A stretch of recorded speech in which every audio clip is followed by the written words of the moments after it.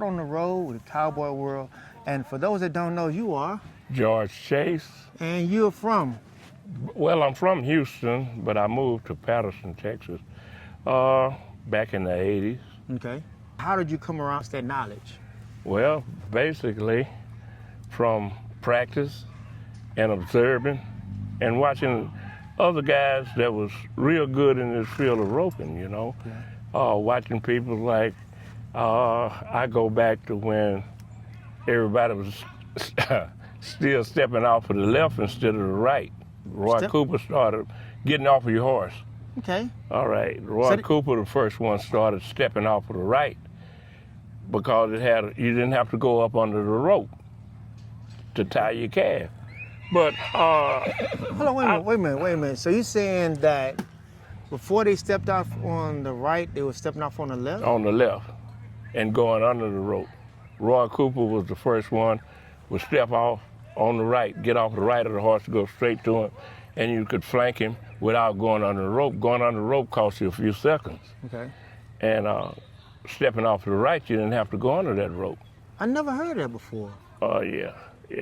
Okay. But I learned a lot of stuff from people like Rufus Green and Calvin. Calvin Greeley? Yeah. Oh, wow. Yeah, Calvin Greeley. Everybody knew. Calvin was the Cowboys, the calf roper. You know.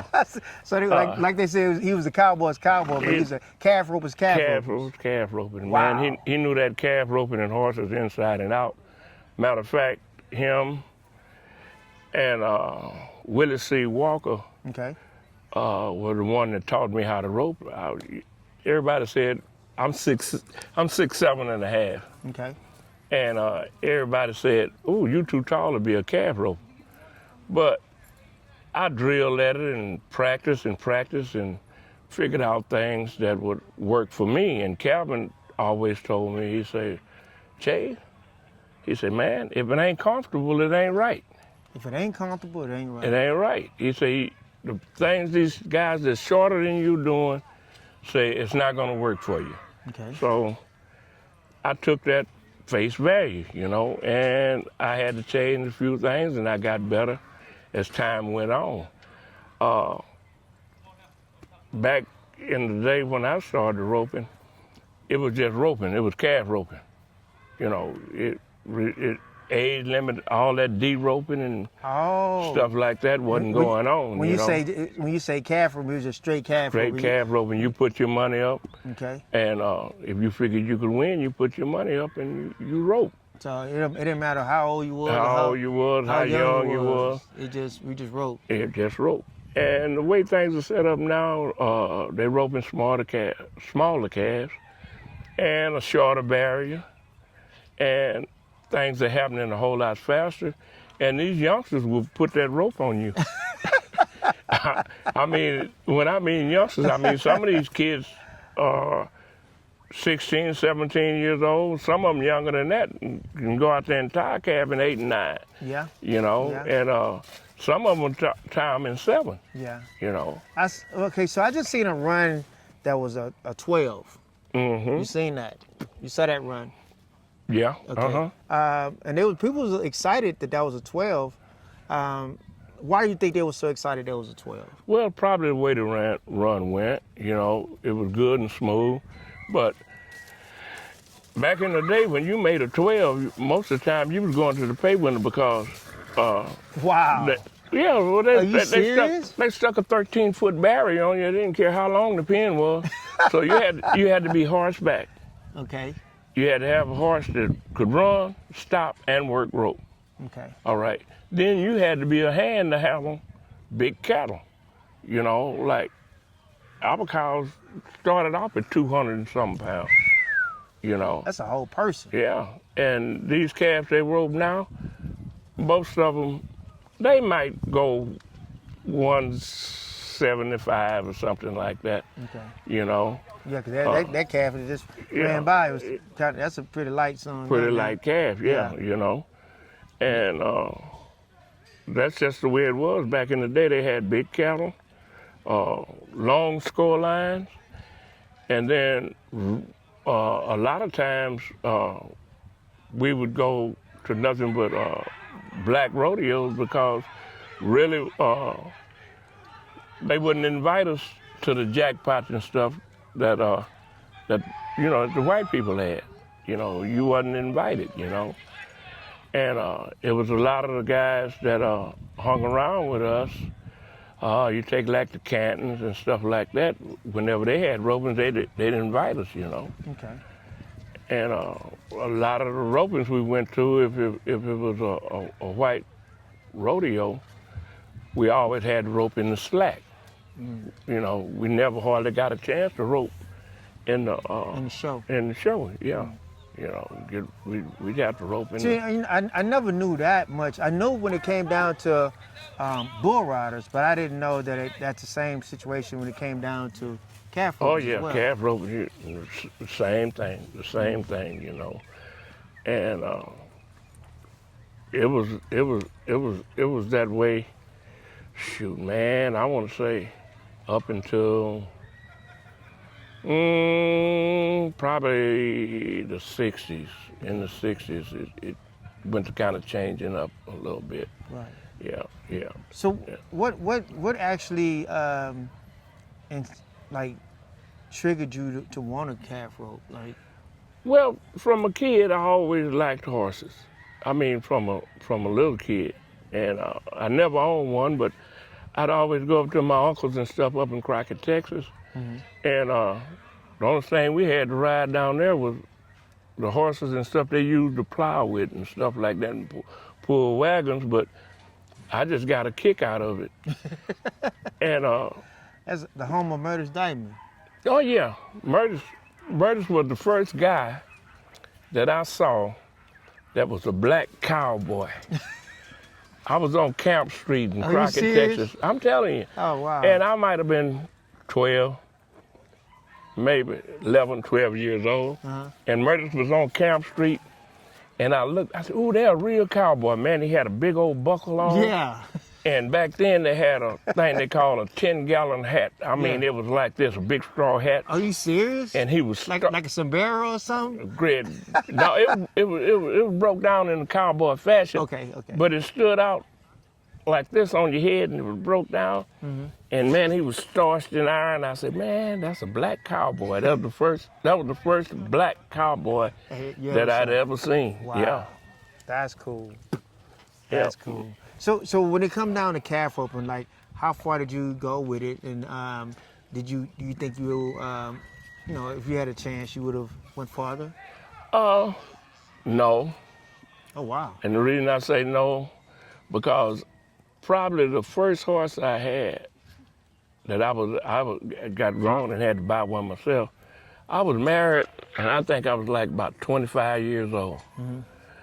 And the first horse I had, I trained him on a goat. You trained him on a goat? Trained him on a goat, taught him how to track a goat and stuff. And I went from that, I'd go over to Caston Richards' place. Whoa. And they would have, like, back then you could do it pretty cheap. D. Caston Richards? D. Caston Richards. Wow. And he'd have a practice day, and you could get, if I'm not mistaken, you could run 3 calves for $5. 3?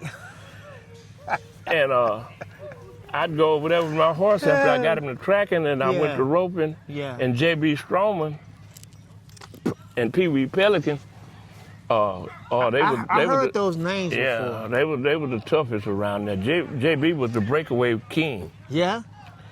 And we got around there, and I went to roping, and I didn't know how to tie. I just run out there and rope him and tell my horse to come up and take the rope off his head. Yeah.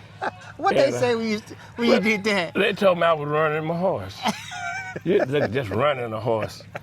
And I didn't even, just like I said, I was kind of self-made. Yeah. And I'd ride in the box, and I'd look at my calf, and I'd turn my horse the wrong way.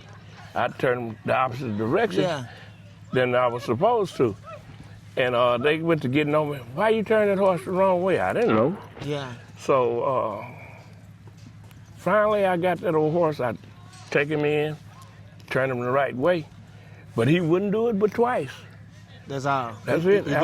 He gave me you two runs. chances and go in that box the right way. Okay. Then the rest of the time, Yeah. you turn him, he'd wrap, turn not real high, just pick his feet up and turn around, and I could take him the way I trained him, and he'd go in there and sit in that box just perfect. So when they saw you wanting to learn it the correct way, did they take out time to show you? Well, honest, some of the guys would. Okay. But the guys that was working on these ranches and Doing it for a living. making that money for a living, Yeah. they wasn't going to tell you nothing to beat them.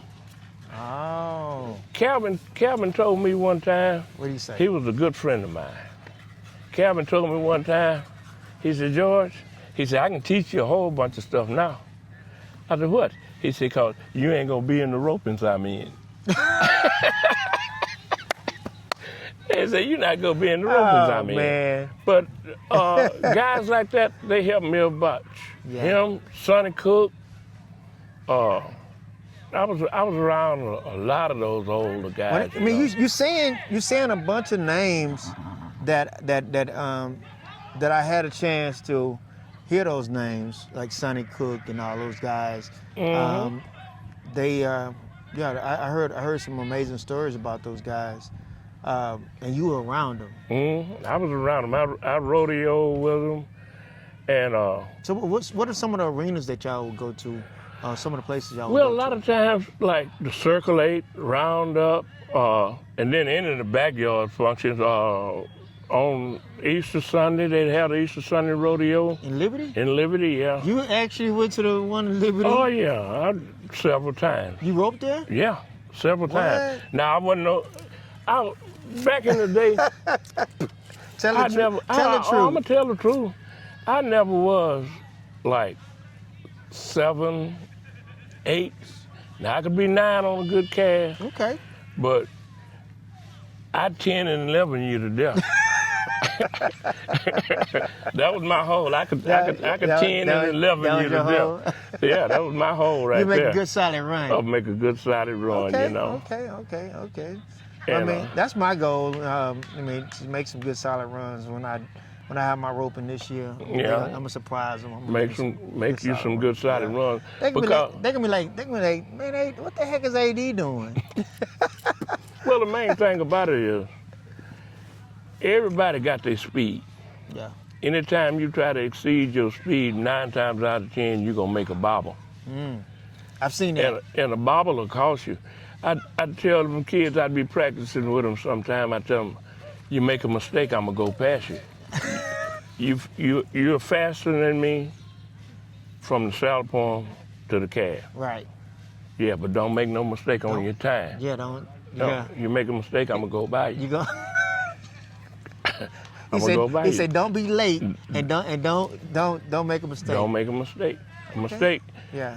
is more people get beat. You can sit out here and watch this roping today by people making mistakes when instead of just going making a good solid run and then let the guys beat you. Right. You know. I never tried to be 7 because I never was in a 7 hole. You know. I never was in that 7 hole. I can't say whether it was I was late on my skull or what, but I've never been 7 in my roping career, and a lot of it too wasn't no 7s back there then either. Wow. Because you had that long skull line. So let me ask you a question. When in the ropings around the 60s and the 70s, I mean a 12 will win you some money. It would win you some money. Yeah, it would win you some money. I mean, a lot of ropings I go to now, shoes, a 12 won't see daylight. No. No. A 12, you just paying your money to be seen. you take when Like that guy right there. That run there. I don't know. That's a long run. That was a long one. So that was a long run. That line to be a 12. If not long, his horse ducked off. Mm-hmm. He had to ride that duck off. So that took up time. But you take back man. when Fred was young, Dexter Grace, Yeah. Dana Williams, People like that Bones. You said who was Bone? What was Bone? Uh, Bone. Robert Gary. Robert. Yeah, that's what we So used to, they call him Bone. we used to call him Bones. That's how it took me Oh, a you few serious? minutes to think, yeah, Wow. man, all those guys were tough. They were tough. Wow. So you saw those guys when they were younger. When they were young, yeah. Them. What about Charles Williams? Charles Williams was tough. Yeah, Charles Williams was tough.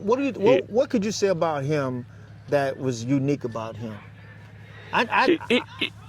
Really, his horsemanship? His horsemanship, but he was brought up in the roping game. Okay.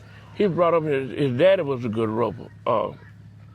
His sister ran barrels. He came up in a rodeo family, you know. So and that made a difference with you because you didn't come up in a rodeo. I didn't come up in a rodeo. Okay. Everything I had to learn was from scratch. Right. You know, and Right. what people were And it good probably, enough. and it probably wasn't the right scratch, but it was scratch. It was scratch. Yeah. I remember one time I was at a roping, and Rufus told me, he called me Chap. He said, Chap, he said, you a good running start. He said, but since I'm gonna be on this move, he said, you messed him off on the ground. And that's where these youngsters need to learn. You can't let pride get in the way. Okay. Instead of asking Mr. Green, what you mean by I messed him off on the ground? I didn't. You just kept on going. I kept going. I told him, okay, and I kept going. And But if you would have stopped and asked him, hey, okay, what do you mean by I messed him off? Like, what could I done different? He was telling me I needed to learn how to tie and flank. That's what he was telling me. Okay. Because I was roping good, but my groundwork, they was beating me on my groundwork. Beating you on the ground. Beating me on my groundwork. You make a solid run, but your groundwork was... My groundwork wasn't good. Okay. Okay. And that's what made me go to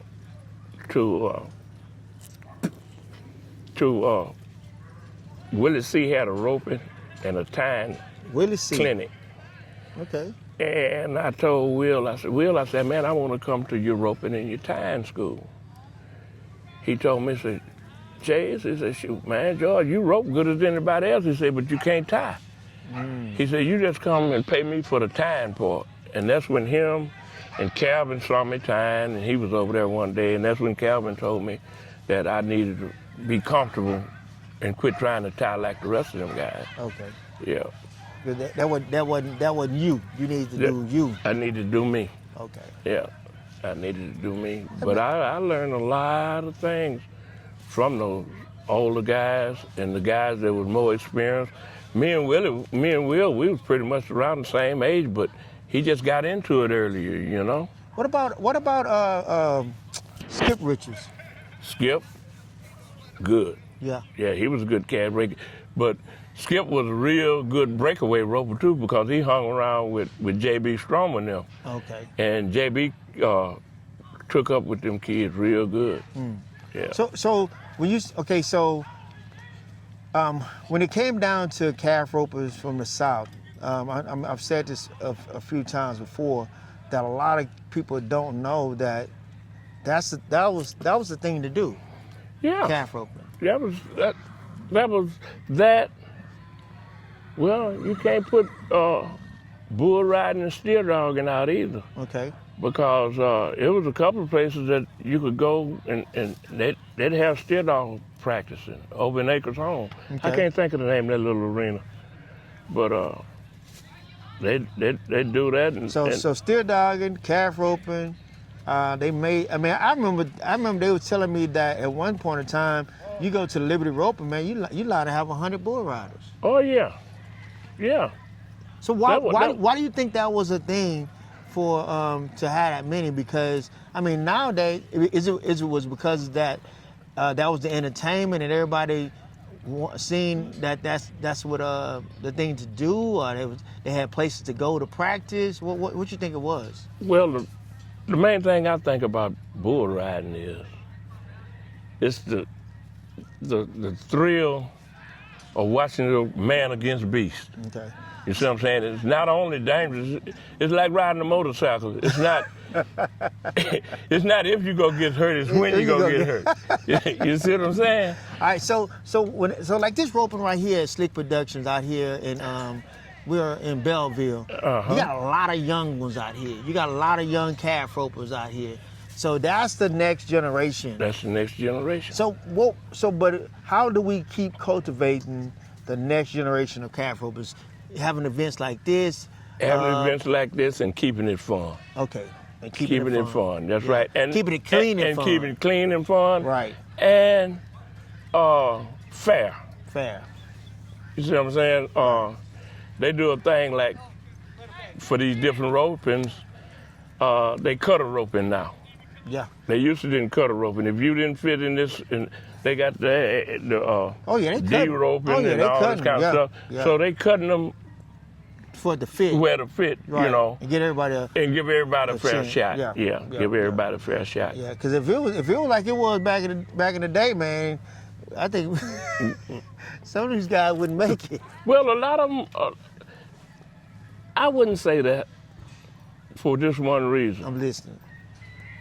If you want to do it, you're gonna do what it takes. You take the average kid now, they don't practice like we used to practice. Man, it'll be in the wintertime.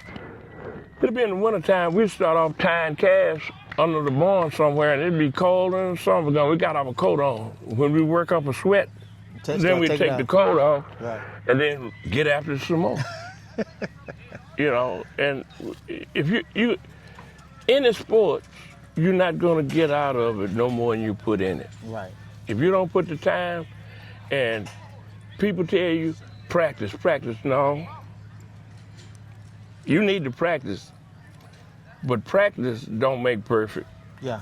Practice and perfect make perfect. Wow. You know what I'm saying? You start off, you get your muscle memory. You start off slow.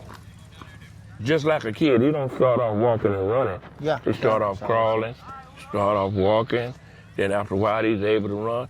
The best thing to do is quit worrying about the speed. Speed gonna come. Right. Adrenaline gonna bring that speed on. Oh yeah. And then once you get, gonna make that bring that speed. It's gonna bring that speed. Well, I'm thankful to be able to stop you today and ask you a few questions, because you were able to bring out some of the names of some of the older guys that I really needed to hear about, like Calvin Greeley and all those guys. And so we're going to keep on pushing forward and see if we can get some more history being said, because it's going to be far and few I'd be able to have a guy like this here to be able to give me that information. I hate to stop you right now, ahead. But I can't leave Preacher Williams out. Preacher Williams. Preacher Williams was a hand. Yeah, well, what was he from? He was, where did this kid say he was from that was over here a while ago you gave the cap to? But it was up out west toward Warden in that area. Okay. But I think it was out a little bit further than that. And his name was Preacher. That's all I ever knew was Preacher Williams. Okay, all right. We're gonna look for Preacher Williams. We're gonna look and see if we can find some people that know about Preacher Williams. If you're watching this right now, man, you can get us in touch with someone that knows about Preacher Williams. And once again, this is A.D. Hatton, Cowboy on the Road, Cowboy World on the Road. And for those that don't know, you are George Chase. And you're from? Patterson, Texas, raised in Houston on the north side. Where's Patterson, Texas? Anybody from Patterson, Texas, y'all shout is. Check it out, y'all. Thank you so much, and God bless.